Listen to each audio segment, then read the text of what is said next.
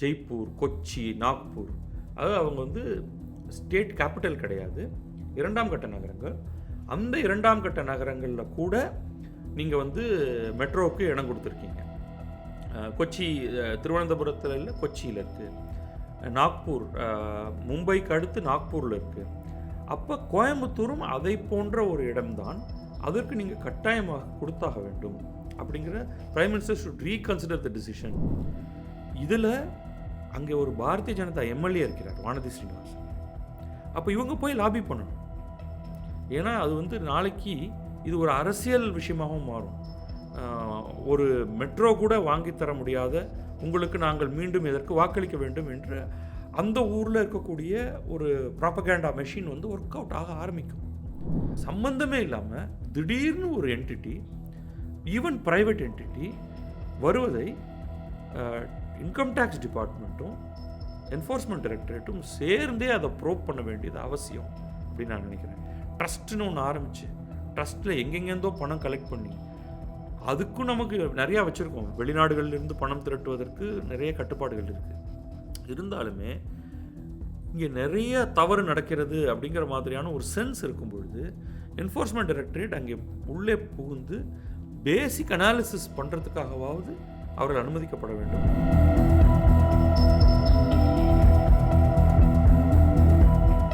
கிழக்கு நியூஸ் நேயர்களுக்கு வணக்கம். உங்களை தொடர்ந்து ஆஸ்திரேலியாவின் சிட்னி நகரிலிருந்து தொடர்கொள்வது எனக்கு மிகுந்த மகிழ்ச்சியை தருகிறது.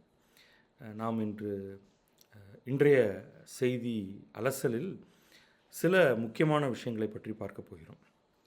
முதலாவதாக, சென்னைக்கு பிறகு தமிழகத்தில் கோயம்புத்தூரிலும் மதுரையிலும் ஒரு மெட்ரோ ரயில் போக்குவரத்து தொடர்பான சில திட்ட வரைவுகள் அனுப்பப்பட்டிருக்கின்றன மத்திய அரசுக்கு.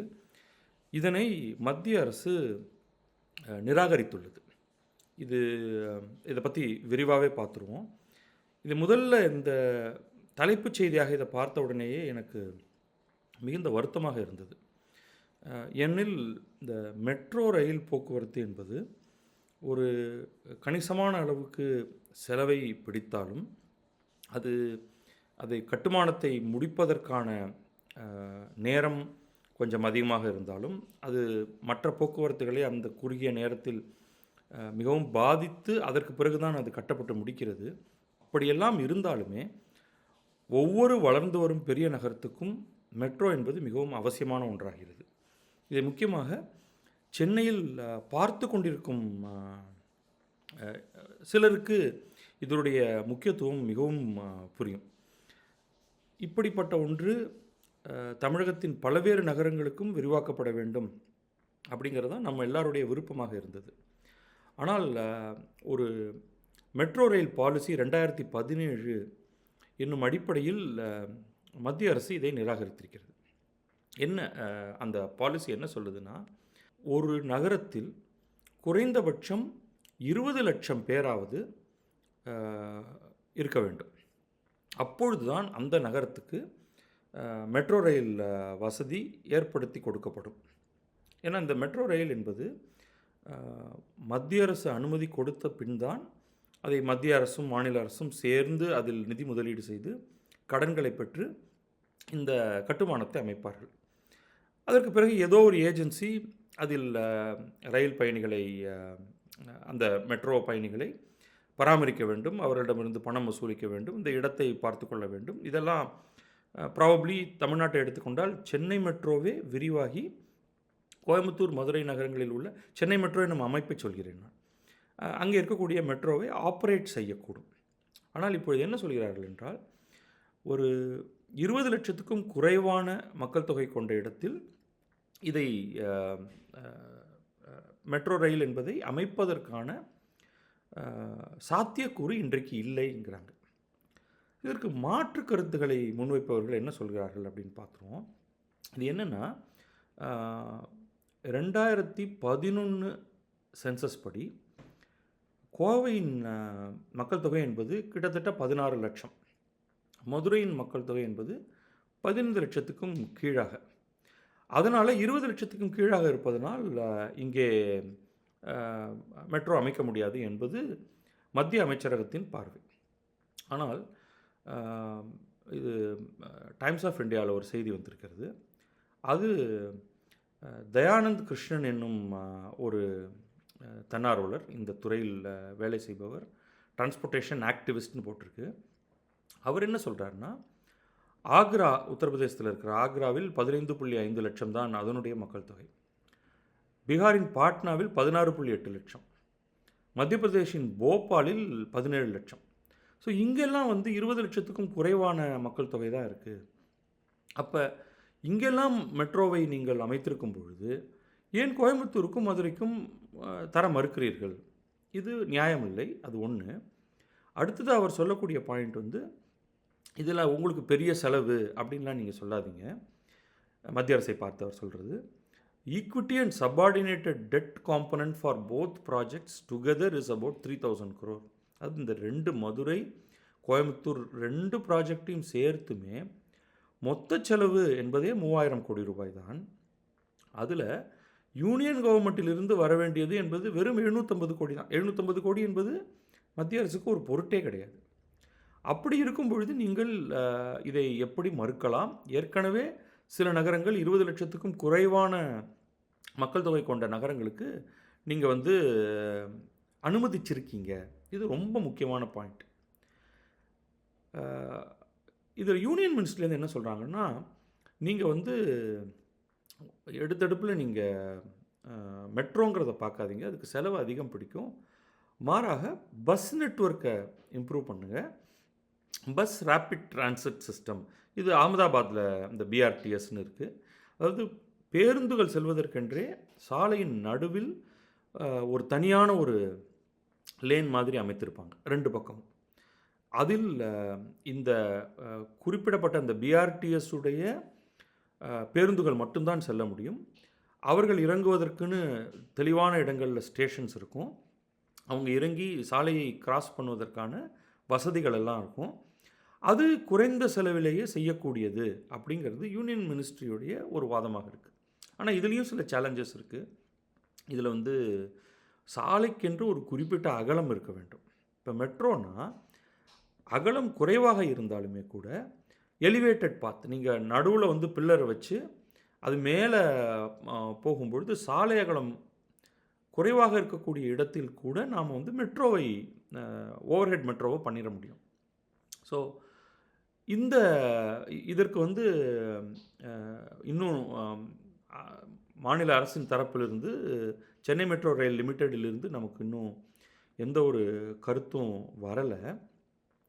பட் இதே கிருஷ்ணன் இன்னொரு பாயிண்ட்டு முன்வைக்கிறார். இந்த தயானந்த் கிருஷ்ணன்கிறவர், நீங்கள் எங்கெங்கெல்லாமோ எக்கச்சக்கமான பணத்தை செலவு பண்ணுறீங்க, அது நாமளே சொன்னோம். 750 கோடி ஒரு ஆண்டுக்கு அப்படிங்கிறது ஒன்றுமே கிடையாது அப்படின்னு. இப்போ அவர் புல்லட் ட்ரெயின் சிஸ்டத்தை சொல்கிறார். மும்பையிலிருந்து அகமதாபாத்துக்கு செல்லக்கூடிய புல்லட் ட்ரெயின் படுவேக ரயில் அப்படின்னு வச்சுங்களேன், அதற்கு நீங்கள் 1 லட்சம் கோடி ரூபாய் முதலீடு. தமிழ்நாட்டுடைய ப்ரப்போசல் அப்படின்னு வரும்பொழுது பாப்புலேஷன் இல்லை, காஸ்ட் அதிகமாகும், வேறு ப்ரப்போசலெல்லாம் பாருங்கள் அப்படின்னு சொல்கிறது நியாயமில்லை அப்படிங்கிறது. இது கணக்கில் எடுத்துக்கணும். ஹிந்துலேயும் இந்த நியூஸ் வந்திருக்கு. ஹிந்துவில் இதே அடிப்படை தகவல்களை கொடுத்துட்டு அவங்க இன்னொரு கொங்கு குளோபல் ஃபாரம் அப்படிங்கிற அமைப்புடைய இயக்குனர் சதீஷ் அப்படிங்கிறவர்கிட்ட பேசும்பொழுது அவர் மேலும் சில தகவல்களை தரார். அவர் சொல்கிறது என்னென்னா சமீப காலத்தில் சென்சஸ் நடத்தலை. சென்சஸ் நீங்கள் நடத்தியிருந்தீங்கன்னா இந்த 20 லட்சங்கிறத தாண்டின ஒரு எண்ணிக்கையே கூட இன்றைக்கே கோவையில், குறிப்பிட்ட நீங்கள் மதுரை மக்கள் தொகை என்ன அப்படின்னு தெரியல, நிச்சயமாக கோவையுடைய மக்கள் தொகை இந்த 20 லட்சங்கிறதுக்கு மேலாக இருக்கும் அப்படிங்கிறதுக்கு அவர் துணை தகவலாக கொடுக்கறது. ஒட்டுமொத்த கோயம்புத்தூர் மாவட்டத்தை எடுத்துக்கிட்டால் அதில் வாக்களிப்போருடைய எண்ணிக்கையே 30 லட்சம் இருக்குது. அப்போ ஒட்டுமொத்த மக்கள் தொகைங்கிறது 40 லட்சத்துக்கு மேலே இருக்கும். இது கோவை மாநகரம் இல்லை, கோவை மாவட்டம். அப்போ அதில் பெருமளவு மக்கள் தொகைங்கிறது இந்த கோவை மாநகரத்தில் தான் இருக்கும். அப்போ இந்த லேட்டஸ்ட்டு சென்சஸ் ஃபிகரை எடுத்துக்காமல் பழைய சென்சஸ் டேட்டா வைத்துக்கொண்டு நீங்கள் வந்து இதை செயல்படுத்த மறுப்பது நியாயமில்லை அப்படிங்கிறாரு. அந்த ஒரு பாயிண்ட்டையும் கவனிக்கணும். அதே மாதிரி இந்த 2ஆம் கட்ட நகரங்கள்னு சொல்லக்கூடிய Tier 2 சிட்டிஸ் இருக்குது இல்லையா? ஜெய்ப்பூர், கொச்சி, நாக்பூர். அதாவது அவங்க வந்து ஸ்டேட் கேபிட்டல் கிடையாது, 2ஆம் கட்ட நகரங்கள். அந்த 2ஆம் கட்ட நகரங்களில் கூட நீங்கள் வந்து மெட்ரோவுக்கு இடம் கொடுத்துருக்கீங்க. கொச்சி திருவனந்தபுரத்தில் இல்லை, கொச்சியில் இருக்குது. நாக்பூர் மும்பைக்கு அடுத்து நாக்பூரில் இருக்குது. அப்போ கோயம்புத்தூரும் அதை போன்ற ஒரு இடம்தான். அதற்கு நீங்கள் கட்டாயமாக கொடுத்தாக வேண்டும் அப்படிங்கிற prime minister should reconsider the decision அப்படின்னு சதீஷ் சொல்கிறார். இதை வந்து நாங்கள் நிச்சயமாக முன்னெடுத்து சொல்லுவோம்னு கோயம்புத்தூர் எம்பி சொல்கிறாரு. கோயம்புத்தூர் சவுத் எம்எல்ஏ வானதி ஸ்ரீனிவாசனும், பிஜேபியோடைய வானதி ஸ்ரீனிவாசனும் இதோட முடிஞ்சு போயிடுச்சு அப்படின்னு நம்ம எடுத்துக்க வேண்டாம். இதை நம்ம நிச்சயமாக திரும்பவும் கிளாரிஃபிகேஷனோட மீண்டும் மத்திய அரசு அணுகுவோம் அப்படின்னு சொல்கிறாங்க. இப்போ இந்த மெட்ரோ குறித்த விவரத்தை ஒட்டுமொத்தமாக ஒரு தடவை பார்த்துருவோம். மத்திய அரசு தமிழகத்திலிருந்து கோவை, மதுரை 2 இடங்களிலும் மெட்ரோவை அமைக்கலாம் என்னும் அந்த திட்ட வரைவை நிராகரித்துள்ளது. சொல்லக்கூடிய காரணம், இதற்கான செலவு அதிகம் பிடிக்கும். உங்களுக்கு வந்து இன்னும் 20 லட்சத்துக்கு மேலே அங்கே மக்கள் தொகையில் இந்த 2 நகரங்களிலும். அதனால் நாங்கள் வந்து இதை ரிஜெக்ட் பண்ணுறோம். நீங்கள் வேறு சில இந்த bus rapid transport system, better bus connectivity அதெல்லாம் பாருங்கள் அப்படின்னு மாற்றாக முன்வைக்கப்படுவது. இது என்னவோ புதுசாக இந்த கருத்து தூக்கிட்டு வரீங்க. நீங்கள் வந்து பல நகரங்கள், 2ஆம் கட்ட நகரங்கள்னு சொல்லக்கூடிய கொச்சி, நாக்பூர், ஜெய்ப்பூர் இங்கே மெட்ரோ கொடுத்துருக்கீங்க. அடுத்து 20 லட்சத்துக்கும் குறைவான மக்கள் தொகை கொண்ட ஆக்ராவில், பாட்னாவில், போபாலில் இதெல்லாம் வந்து இதில் வந்து போபாலும் பாட்னாவும் ஸ்டேட் கேபிட்டல். ஆனால் அங்கேயும் பாப்புலேஷன் வந்து 20 லட்சத்துக்கும் கீழே அங்கே கொடுத்துருக்கீங்க. அப்போ இது வந்து இந்த ஒரு ஓரவஞ்சனை அப்படிங்கிற ஒரு பார்வையை நோக்கி போகும். ஏற்கனவே இந்த சென்ட்ரல் ஸ்டேட் ரிலேஷன் பர்டிகுலர்லி தமிழ்நாட்டுக்கும் மத்திய அரசுக்கும் இடையே பல விதங்களில் பல விஷயங்களில் பிரச்சனைகள், பிணக்குகள் இருந்துக்கிட்டே இருக்குது. இது இங்கே ஒரு பெரிய பேசு பொருளாகவும் ஆகிட்டுருக்கு. தமிழகத்தில் வந்து நாங்கள் தொடர்ந்து வஞ்சிக்கப்பட்டு வருகிறோம், எங்களுக்கு நாங்கள் இத்தனை பணம் வரியாக தருகிறோம், எங்களுக்கு திரும்ப கிடைப்பது மிகவும் குறைவானது, அங்கிருந்து ஆரம்பித்து கவர்னரை கொண்டு எங்களை அழுத்துகிறீர்கள்னு ஆரம்பித்து ஒரு லிட்டனி ஆஃப், இப்போ காவிரி நதிநீர் தொடர்பாகவும் நம்ம நேற்றுக்கு பேசியிருந்தோம், அது தொடர்பாகவும் மத்திய அரசு வந்து ஓரவஞ்சனை செய்கிறதுன்னு இருக்குது. அப்போ கொஞ்சம் சென்சிட்டிவிட்டியோடு அணுகணும். அரசியல் என்பது சும்மா ஏதோ ரூல் படி போகிறேன்னு, ரூல் படியும் போகலை. ரூல் படி போகிறதா இருந்தால் நம்ம சொன்ன இந்த 6 நகரங்கள் இருக்கே, ஆக்ரா, பாட்னா, போபால், கொச்சி, நாக்பூர், ஜெய்ப்பூர், இங்கேயே மெட்ரோ நீங்கள் கொடுத்துடக்கூடாது. ஏன் கோயம்புத்தூருக்கும் மதுரைக்கும் மெட்ரோ அவசியமான தேவை அப்படிங்கிறத நம்ம பார்ப்போம். தமிழகம் தான் இந்தியாவிலேயே மிக வேகமாக அர்பனைஸ் ஆகி கொண்டிருக்கக்கூடிய ஒரு மாநிலம். கேரளாவில் நில ரீதியான அமைப்பில் கொச்சியில் மெட்ரோ இருக்குது, மற்ற பல இடங்களில் நீங்கள் கட்ட முடியாது, அதோடைய மலைப்பாங்கான இதில் சில சிக்கல்கள் இருக்குது. தமிழகத்தில் அப்படிப்பட்ட சிக்கல் கோவையிலையும் இல்லை, மதுரையிலையும் இல்லை, ஒரு ஃப்ளாட் டெரெயின் தான். அங்கே கம்ஃபர்டபுளாக நீங்கள் வந்து ஏதாவது கட்டினீங்கன்னா அது பக்கத்தில் இருக்கும் இந்த மலையோட ஈகோ சென்சிட்டிவிட்டியை பாதிக்கும், காட்டோட சென்சிட்டிவிட்டியை பாதிக்கும்லாம் கிடையாது. மிக வேகமாக இண்டஸ்ட்ரியலைசேஷன் கோயம்புத்தூரில் நடந்துக்கிட்டு இருக்கு. அதுதான் வந்து ஒரு லீடிங் இண்டஸ்ட்ரியல் நகரம் என்றே சொல்ல முடியும். அப்போ இந்த இடத்துல மெட்ரோ இல்லாமல் வேறு எந்த இடத்துல நீங்கள் கொண்டு போய் வைத்தாலும் அது அந்த பகுதியில் இருக்கக்கூடிய ஒரு அரசியல்வாதிக்கு அல்லது ஒரு அமைப்புக்கு சாதகமானதாக மட்டும்தான் பார்க்கப்படும். அப்போ நிச்சயமாக வந்து இது வந்து அன்ஃபேர் அப்படின்னு தான் பார்க்கப்படும். இப்போ பிரதமர் வராரு, இங்கே பலமுறை வராரு, வந்து பாராட்டி தள்ளுறாரு, நாங்கள் வந்து எந்த விதத்திலும் எந்த ஸ்டேட்டுக்கும் குறை வைக்கலை அப்படின்னு சொல்லும் பொழுது இது வந்து மாநில அரசு எனக்கு சும்மா பணம் கொடு, எனக்கு 10,000 கோடி கொடு, அதை நான் ஏதோ செலவு பண்ணுறேன்னு சொல்லலை. ரொம்ப தெளிவாக நாங்கள் ஒரு மெட்ரோ அமைப்பதற்காக இந்த பணத்தை கேட்கிறோம் என்று சொல்லும் பொழுது முதல்ல ப்ராஜெக்ட் அப்ரூவல் கொடுங்க. நீங்கள் இன்னும் கூட சொல்லலாம், இதற்கான பட்ஜெட்ரி ப்ராசஸ் வந்து நீங்களே பார்த்துக்குங்கன்னு கூட சொல்லலாம். ஒரு வேளை எங்களால் பணம் செலவு பண்ண முடியாதுன்னு, அதுவுமே மத்திய அரசு தன்னுடைய பங்கை கொடுக்க வேண்டும். அதனால் நிச்சயமாக இந்த விஷயத்தில் இந்த கொடுக்கப்பட்டிருக்கக்கூடிய தகவலை வைத்து நாம் மத்திய அரசை கடுமையாக குற்றம் சாட்ட வேண்டிய நிலையில் நாம் இருக்கோம். அவர்கள் செய்வது தவறு. இல்லை, நாங்கள் இந்தந்த காரணங்களுக்கு இன்னும் சில காரணங்கள் இருக்குது அப்படின்னா அவர்கள் அதை சொல்லட்டும். பட் இதுவரைக்கும் இதை வைத்து கொண்டு பார்க்கும் பொழுது தமிழக அரசின் கோரிக்கை, மக்களின் கோரிக்கை நியாயமானது. மத்திய அரசு செய்வது பாரபட்சமானது. நிச்சயமாக அவர்கள் தன்னுடைய கருத்தை மாற்றிக்கொள்ள வேண்டும். இதில் அங்கே ஒரு பாரதிய ஜனதா எம்எல்ஏ இருக்கிறார், வானதி ஸ்ரீனிவாசன். அப்போ இவங்க போய் லாபி பண்ணணும். ஏன்னா அது வந்து நாளைக்கு இது ஒரு அரசியல் விஷயமாகவும் மாறும். ஒரு மெட்ரோ கூட வாங்கித்தர முடியாத உங்களுக்கு நாங்கள் மீண்டும் எதற்கு வாக்களிக்க வேண்டும் என்று அந்த ஊரில் இருக்கக்கூடிய ஒரு ப்ராப்பகேண்டா மெஷின் வந்து ஒர்க் அவுட் ஆக ஆரம்பிக்கும். ஸோ இதில் வந்து கொஞ்சம் ரொம்ப கவனத்தோடு இவர்கள் இயங்க வேண்டியது முக்கியமாகிறது. அதை நம்ம அதுக்கான பொறுப்பும் அவர்களுக்கு இருக்குது அப்படிங்கிறத நம்ம சொல்லுவோம். அடுத்த செய்தி, இப்போ மிக முக்கியமான இந்த டெல்லி குண்டுவெடிப்பு தொடர்பான ஒரு செய்தி. இது என்டிடிவியில் வந்திருக்கு.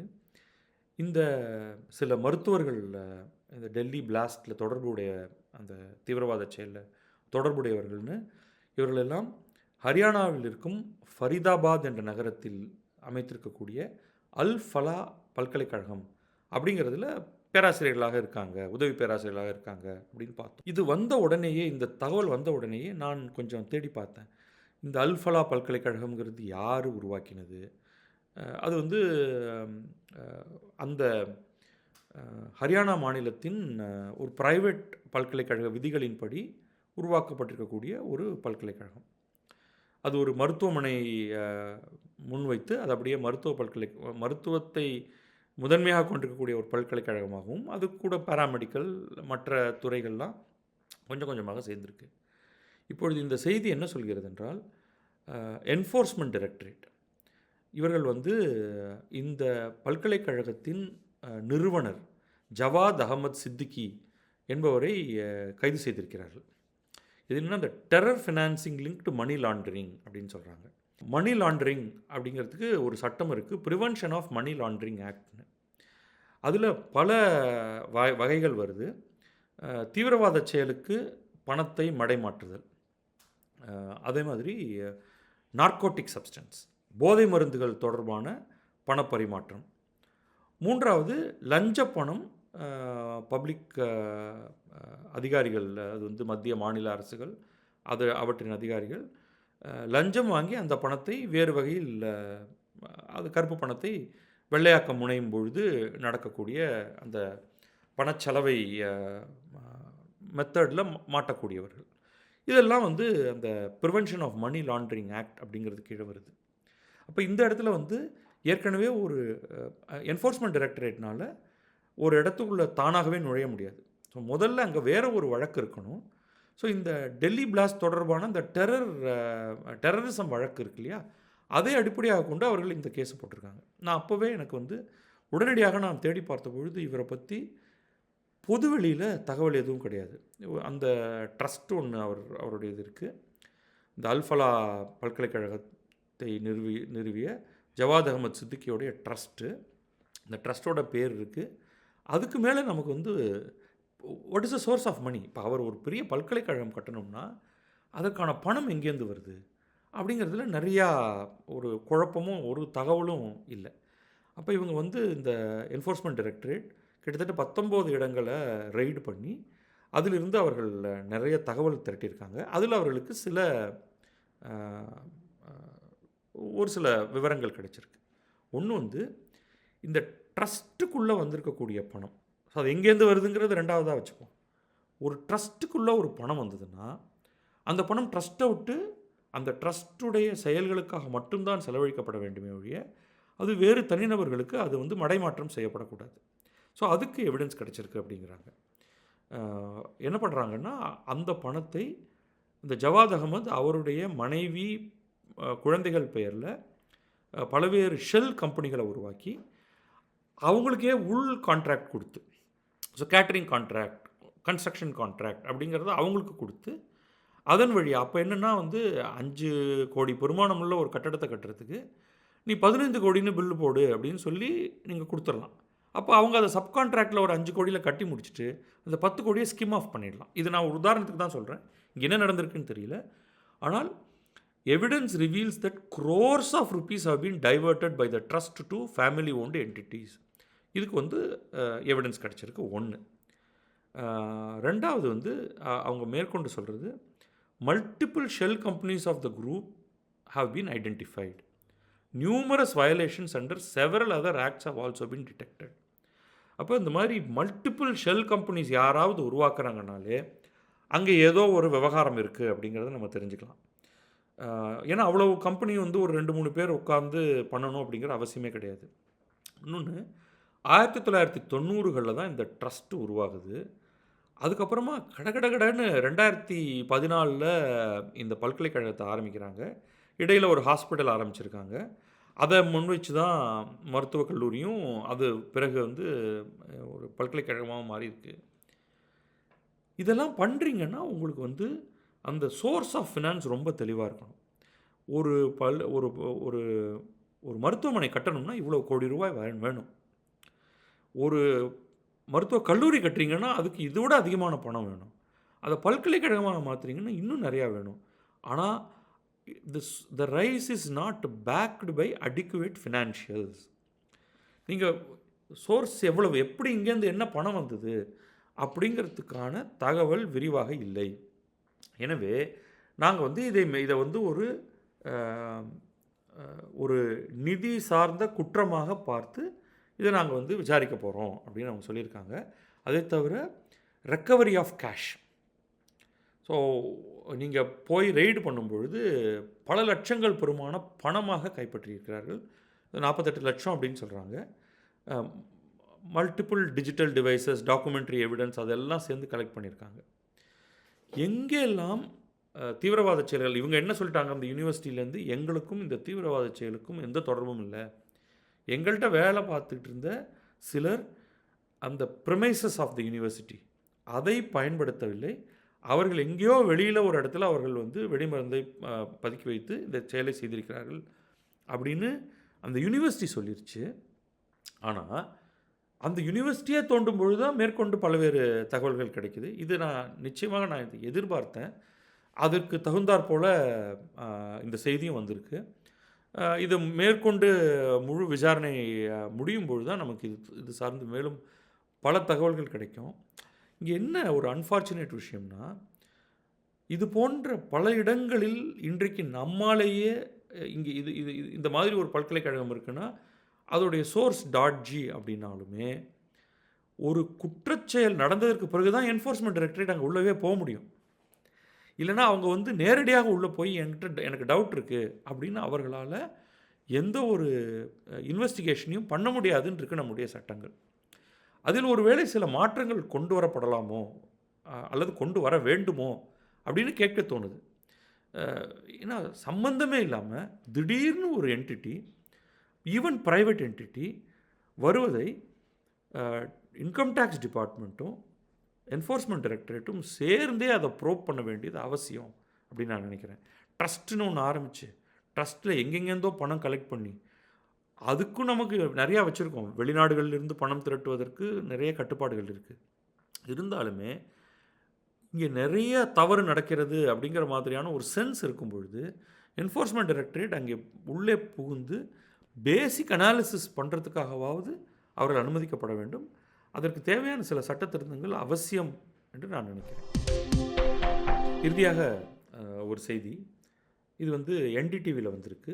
Fraud kidnappings, why Iran suspended visa free travel for Indians. இது வந்து சென்ற ஆண்டு இந்தியர்கள் ஈரானுக்கு விசா இல்லாமலேயே வரலாம் என்று ஒரு இந்த விசா வெய்வர்னு சொல்லுவாங்க, இதை வந்து ஈரான் அனுமதித்திருந்தது. அது பெரிய அளவுக்கு செய்தியாக வந்ததான்னு தெரியல. ஏன்னா நான் பார்த்த ஞாபகம் இல்லை, படித்த செய்தித்தாள்களில் வந்த மாதிரி தெரியல. இன்றைக்கு பல நாடுகளில் அந்த ஃபெசிலிட்டி இந்தியர்களுக்கு விரிவாக்கி கொண்டே போகிறாங்க. நீங்கள் வந்து வித் இந்தியன் பாஸ்போர்ட் அந்த நாடுகளுக்கு நேராக போய் ஆன் அரைவல் நீங்கள் வந்து ஒரு ஸ்டாம்ப் வாங்கிக்கிட்டால் போதும். முன்கூட்டியே விசா வாங்குவதற்கான தேவையில்லை.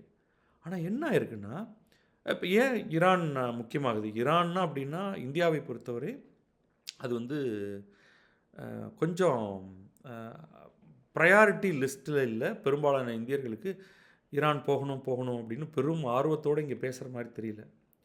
ஆனால் அங்கே 2 விஷயம் ரொம்ப முக்கியமானது இருக்குது. ஒன்று வந்து இஸ்லாமியர்களுக்கு, முக்கியமாக ஷியா முஸ்லீம்களுக்கு ஈரான் வந்து ரொம்ப ரொம்ப முக்கியம். அங்கே பல முக்கியமான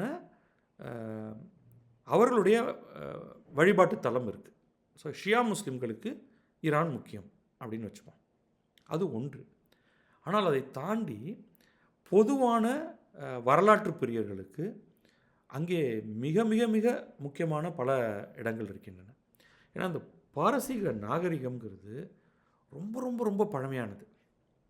நீங்கள் இன்றைக்கான ஈரான் ஒரு இஸ்லாமிய நாடு, அங்கே வந்து மக்களுடைய உரிமைகள் எல்லாம் நசுக்கப்படுகின்றன. அதுதான் நம்ம திரும்ப திரும்ப நியூஸில் பார்த்துருக்கோம்.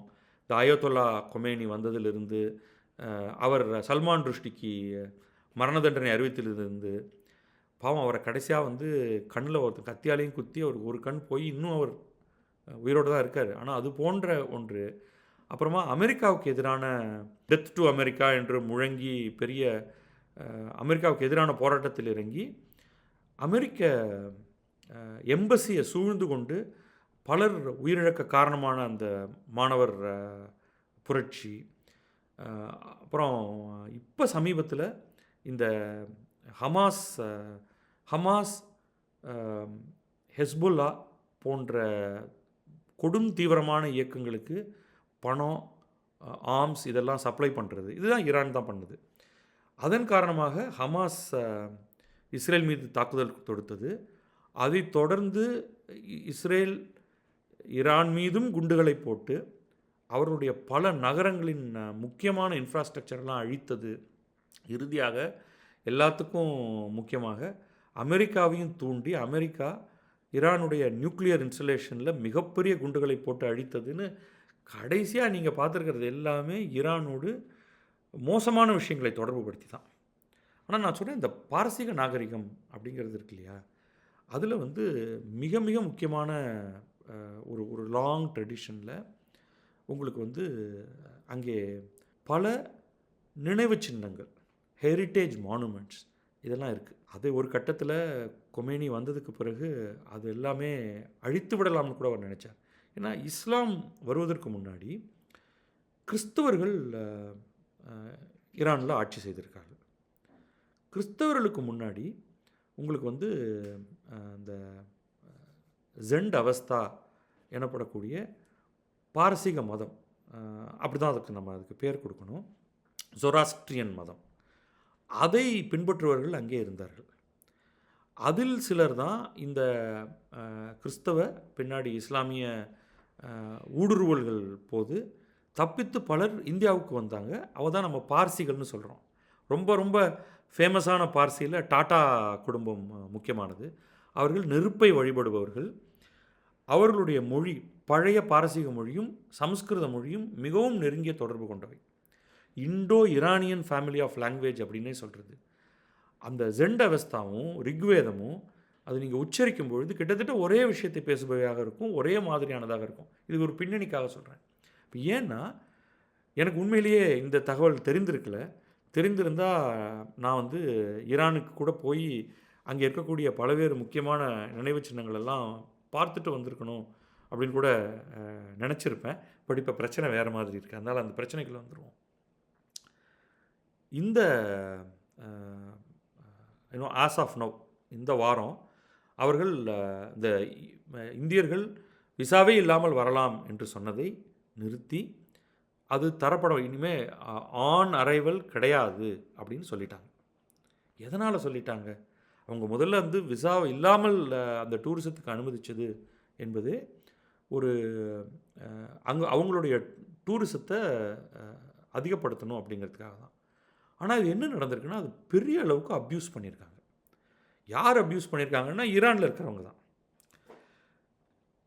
உங்களுக்கு தெரியும், இந்தியாவில் இருக்கிற பலரும் வந்து வெளிநாடுகளுக்கு போய் வேலை பார்க்கணும் அப்படிங்கிறதுல ரொம்ப ஆர்வமாக இருக்கிறவங்க. அவர்களுடைய படிப்பு குறைவாக இருந்தால் அவர்கள் பெரும்பாலும் சிங்கப்பூர் அல்லது கல்ஃப் நாடுகளுக்கு போய் மிக அடிமட்டமான வேலைகளை செய்து அதிலிருந்து கிடைக்கக்கூடிய காசை ஊருக்கு அனுப்பி பிழைக்கணும்னு பார்க்குறவங்க. ஓரளவுக்கு படிப்பு இருக்கிறவங்க அமெரிக்கா போக முடியுமா, ஐரோப்பா போக முடியுமா, ஐரோப்பிய நாடுகள் ஏதாவது ஒன்றுக்கு போக முடியுமா, ஆஸ்திரேலியா போக முடியுமா அப்படின்லாம் பார்த்துட்டு இருக்கிறவங்க. ஆனால் இதை பயன்படுத்தி விசா இல்லாமலேயே நீங்கள் வரலாம் அப்படிங்கிறத பயன்படுத்தி ஈரானில் இருக்கக்கூடிய அது உங்களுக்கு இந்திய கையாட்கள் இருப்பாங்க, உங்களுக்கு நல்ல வேலைகள் தரோம், நீங்கள் வந்து நேராக வந்துடுங்க, உங்களுக்கு விசாவுக்கு கூட இப்போ நீங்கள் சவுதி அரேபியாவுக்கு போகணுன்னா, United Arab Emirates, Dubai, Abu Dhabi போன்ற இடங்களுக்கு போகணுன்னா விசாவோடு தான் போகணுங்க. ஒர்க் விசா அப்படிங்கிறது வந்து ப்ராசஸ் பண்ணி அவங்க உங்களுக்கு அனுப்பணும். இங்கே வந்து நீங்கள் நேராக வந்துடுங்க, உங்களுக்கு இங்கே சூப்பர் வேலை இருக்குது, நல்ல சாப்பாடு இருக்குது அப்படின்னு சொல்லியிருக்காங்க. இந்தியர்கள் பலர் அங்கே போயிட்டாங்க. போனவங்களை வந்து இவன் ஒரு வண்டியை கூப்பிட்டு வந்து தம்பி ஏறுப்பா அப்படின்னு சொல்லி ஏற்றி கூட்டிகிட்டு போய் அவ்வளோதான் அவங்கள வந்து கிட்னாப் பண்ணி மோசமான வேலைகளுக்கு அவர்களை பயன்படுத்துவது. நீங்கள் உங்களுக்கு தப்பிச்சு போகக்கூட உங்களுக்கு வழி கிடையாது. அல்லது அவங்கள பிடிச்சி வச்சுக்கிட்டு அவங்களோட குடும்பத்தை தொடர்பு கொண்டு எங்களுக்கு வந்து 1 கோடி ரூபா கொடுத்தா அவங்கள திருப்ப அனுப்புகிறோம் அப்படின்னு சொல்கிறது. இதெல்லாம் நடந்திருக்கு. அப்படிங்கிறத கண்டுபிடிச்சிட்டு ஈரான் வந்து உடனடியாக இதை இப்போ பேன் பண்ணியிருக்கு. இப்போ இந்தியா இதுக்கு என்ன சொல்கிறாங்கன்னா, ரொம்ப தெளிவாக இது வந்து இந்த மாதிரியான செயல்பாடுகள் நடக்கிறது அப்படிங்கிறதுனால தான் நாங்கள் வந்து எங்களுக்கு தெரியும், நாங்கள் அதாவது கிட்டத்தட்ட இந்தியாவுடைய ஒரு ரெக்வஸ்ட்டும் இதில் இன்வால்வ் ஆகிருக்குன்னு தான் நினைக்கிறேன்னா, அது அவ்வளோ தெளிவாக சொல்லப்படலை.